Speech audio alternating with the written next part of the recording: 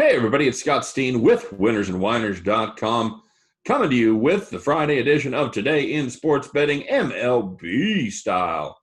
Scott, it could have been such a great day. It could have had game fives all over the place, game fours, whatever. The damn Dodgers had to win by 9 runs. San Diego set the record for most pitchers in a single National League playoff game of 9 innings, and they ended up. Well, it wasn't because the pitchers were good. I'll tell you that much. That was gonna be my trivia question, Scott. What did all those pitchers have in common? They all stunk. They all stunk. That's right. Very good. See, I've been working on my trivia lately. See, doing the show with me for 6 months is really paying off. I know yesterday I leaned the Dodgers team total over, and they cashed in like the third inning, so that just didn't really matter. You know, you don't like to sweat your bets, but that was over.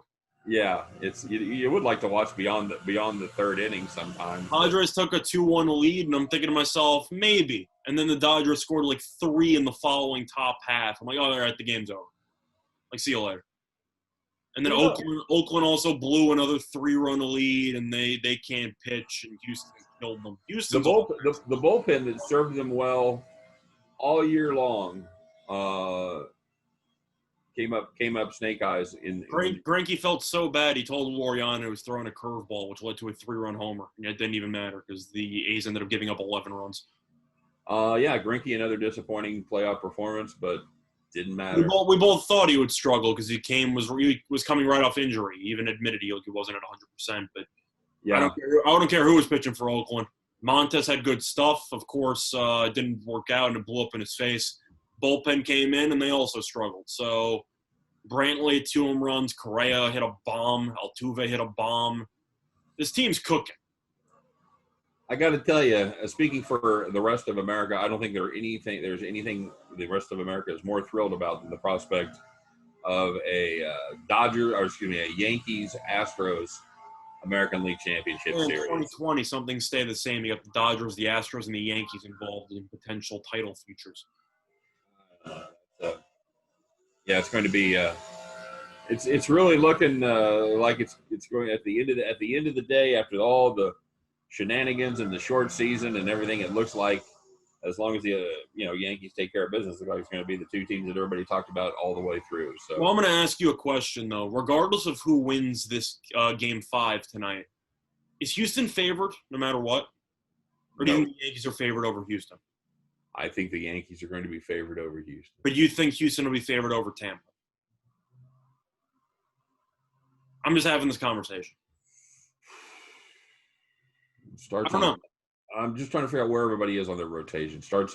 It starts on Monday? Yes. Well, no, the AL starts Sunday. The AL starts Sunday. So they're going to do Tampa will most likely pretty much has to go with Snell for Game 1. That's not possible. Why? Snell only pitched Game 1. Snell's going to pitch tonight. Glasnow's pitching tonight, assuming that he doesn't. Glasnow's not going very long. He's on 2 days, dude. Yeah, probably not. I assume Snell will make a cameo. If not, then maybe. I mean, if not, he's your option for Game 1. But we'll see how Game 1 goes.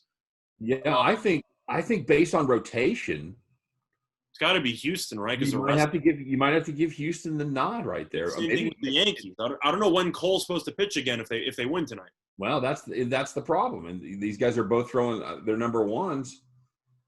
Again, even no days off again. They're going to be going 7 potential straight in the ALCS. Mm-hmm.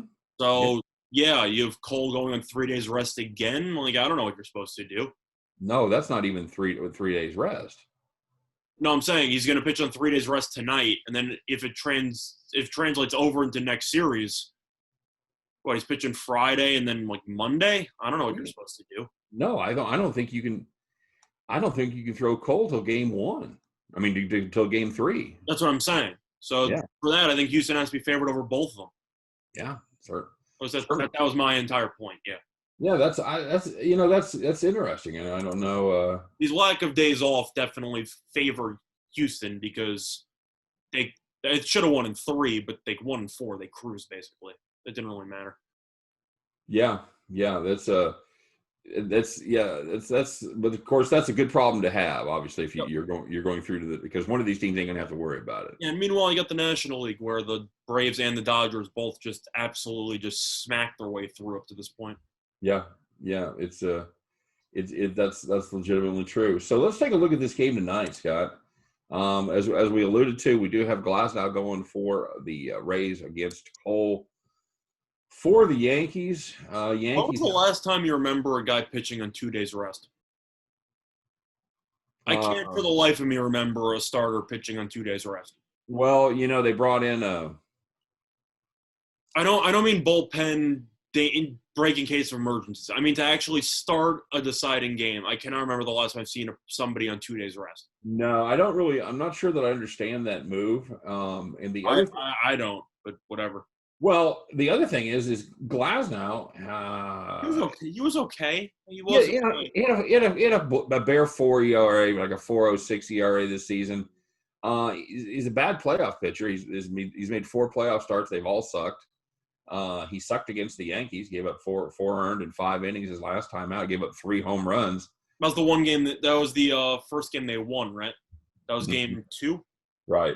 Yeah, he was fine. Yeah, I didn't think he was awful. He wasn't great. At least not for a quote unquote ace. I didn't think he was that good. His performance reminded me of Cole's performance. It was fine. Team won the game. Cole, of course, was better because he went a little bit longer than Glasnow did, but both of them were just. I'm sorry, if you're giving up 3 home runs in 5 innings, you're not fine. That's a subpar performance. I'm just saying, if we're talking about ace performances, both starters here did not pitch up to their full capabilities in their first appearance in the series. You're right, and that goes back to Cole struggling against the Tampa Bay Rays the entire season. He's made 4 starts, 4.84 ERA, giving up 7 home runs in just 22 and a third innings. Stop pitching to Choi, Cole. Stop pitching to Choi. Just don't even bother. Don't even bother. It's weird how some guys own some guys like that. He's 9 for 14 with 4 home runs again. Don't pitch to the guy. It's incredible. So Yankees have been made the favorite here, Scott, in this one, as you would expect, behind Garrett Cole, but not a favorite in this spot for Game 5. What's that? They're a huge favorite for Game 5. Well, they're minus 146. That's a pretty big favorite in my book. You like that? You think that's for a winner take all game? That does seem pretty high, don't you think? Oh yeah, it's definitely higher than you're going to see in most deciding games of series. Yeah, most deciding games are probably around 120 to 130. And you're paying that Yankees tax on that 146. Now we played the Rays yesterday and it jumped up and bit us. They really weren't. I had the team total over 4.5 for Tampa yesterday, and they completely fell asleep at the wheel offensively yesterday. Well, when Montgomery and Chad Green go 6 innings and give up 1 run, your team's not going to win that game. It was mostly Montgomery. The bullpen came in; they had a no-hitter. Bullpen gave up no hits in 5 innings. Yeah, it was phenomenal. I mean, yeah, Montgomery gave up one run, and Chad Green bridged it to Britton and to Chapman the way they draw it up. And yeah, everything worked out fine. I'm sure the Yankees. Now, I find that this line is pretty fascinating. Now, I'm not surprised that Tampa's the pretty big underdog. You have Cole on the mound on an extra day's rest in comparison to Glasnow, which I think we'll both agree is a pretty big advantage to the Yankees. Now, both starters weren't great, but 3 days rest, which is, I don't want to say normal, but that's somewhat, I don't know, just duplicable. Is that a word? I don't. What are you trying to say? It's been duplicated before. It's been done before? Yeah, close enough. Whatever. Okay. Glasnow is on 2 days rest. I don't think he's ever been on 2 days rest before. I know Cole's been on 3 days rest before, so I think that the Yankees have an advantage in the starting pitching department. The question that I have is if the Yankees burned all their good bullpen arms yesterday, they're going to pitch again, but Britton basically went 2 innings. Chapman gave you 4 outs, but he threw 20-something pitches. Green went 2 innings, and he also pitched back-to-back days, so I'm assuming Green's not going to pitch. Tampa's got a massive advantage in the bullpen because none of their main guys went yesterday. So the Yankees have the massive starting pitching advantage, but the Rays have the significant bullpen advantage. So that's kind of the question that you have to ask yourself on what you buy into. And I think most people buy into the Yankees because their lineup from top to bottom is just better. So they'll concede the bullpen. They'll say we have the better starter and we have the better offense. I'll take the Yankees. I think that's what most people are thinking. Right. And do you have any thoughts on that? Well, we've talked ad nauseum about this Yankees lineup. The first 6 hitters, first 7 hitters, just epically good. Yeah, they kind of fell asleep earlier in the series, and then last game, I can't say everybody woke up because Judge is still having some abysmal at bats at the plate. But Torres hit a homer yesterday, which was a good sign. Voit hitting a home run was huge because he was slumping pretty badly. Right. But right now, the 2 Yankee guys that are struggling are Judge and Urshela. Everyone else looks pretty good.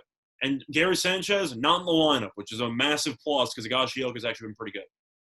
I know you're not a big Sanchez fan. Everybody's caught on. It's fantastic. It's really just it's bliss. Every Yankees fan now is talking about how Sanchez can't play and we can't use him. And I've been saying this for over a year. It's really just it's bliss for me right now. Well, they can't catch. I mean, Correct. That's a huge problem to start with. Can't catch, can't hit, can't run. I don't know. Now he wasn't going to play anyway because Higashioka is Cole's personal catcher, so that didn't matter anyway. Right, very very true. And he actually had a good game last time out. So no, he's fine. Is he a solid starter? No, but he's fine and he gets on base, which is something that Sanchez cannot do. So for me, for this game, I know you had a video on this game. I did.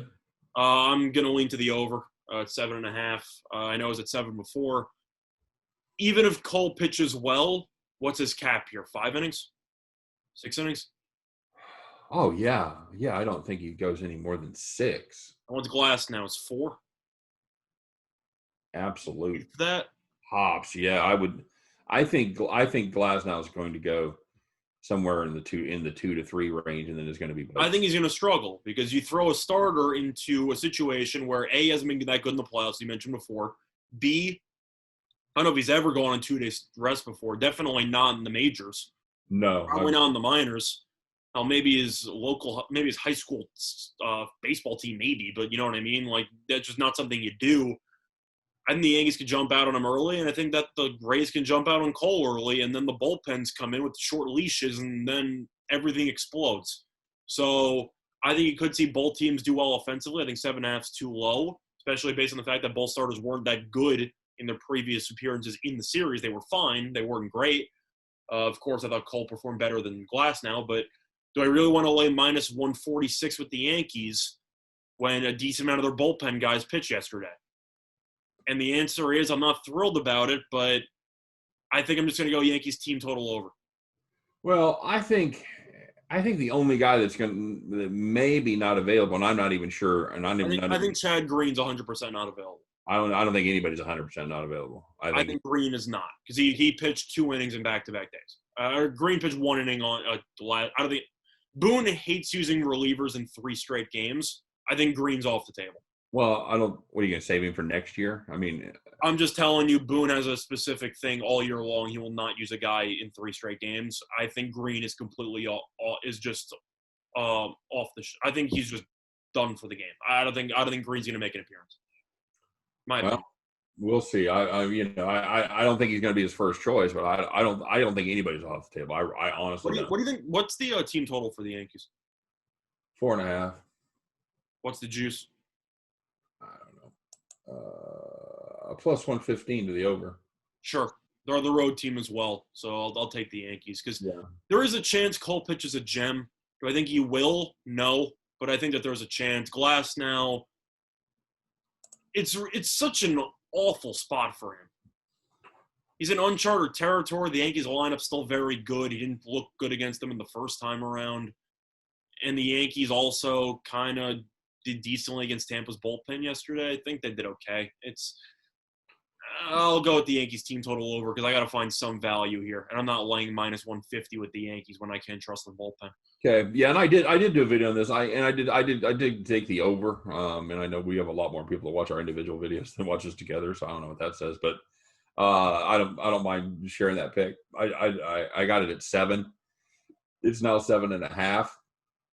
And I just think there's going to be too many opportunities. This Yankees team, You have an infield hit, a walk, and all of a sudden 3-run homer, and it's 3-0. Now, one question I do want to ask you though, since both pitchers should have relatively short leashes in the sense that if they struggle, they're going to take him out. Obviously Cole's going to have a longer leash than Glasnow is in this spot because he's Garrett Cole. So my question is, do you think that benefits the Yankees more, that you're gonna have more faith in your starter in this spot? Do you think that benefits Tampa more because if Cole struggles, the Yankees are going to be too stubborn to actually pull him? Well, I think it's food for thought. We're not going to know until we actually see how sharp these guys look, but I think it is worth asking. I think that the answer to that question, you go back to you have more faith in the better pitcher. So you've got the better pitcher going to start with on an extra day of rest. So yeah, compared to Glasnow, yeah, and Snell's going to be.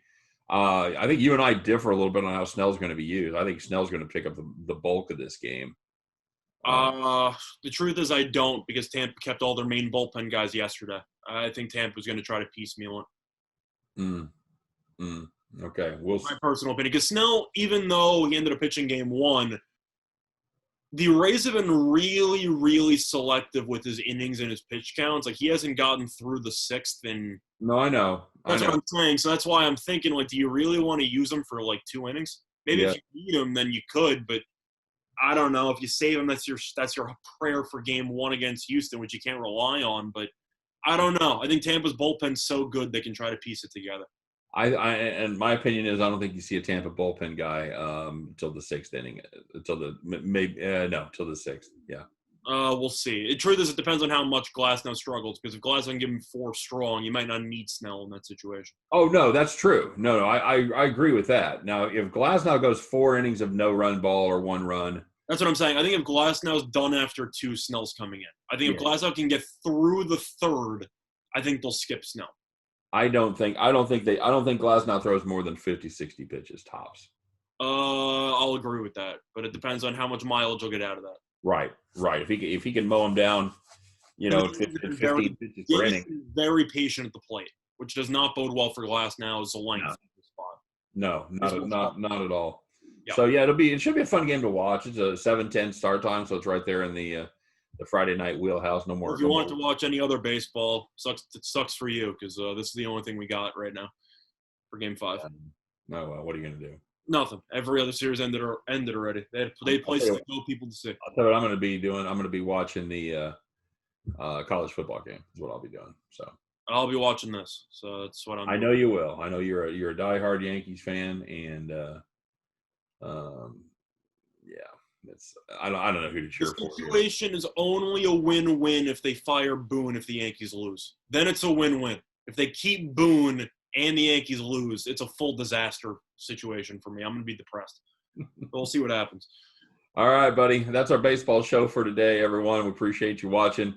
You want to find an even deeper dive into this? I don't know how you do deeper than we did, but if you want to, give it a shot over there at winnersandwhiners.com. I know they're always writing quality pieces on every single game, every single day, so make sure you check that out before you make one single bet, everybody.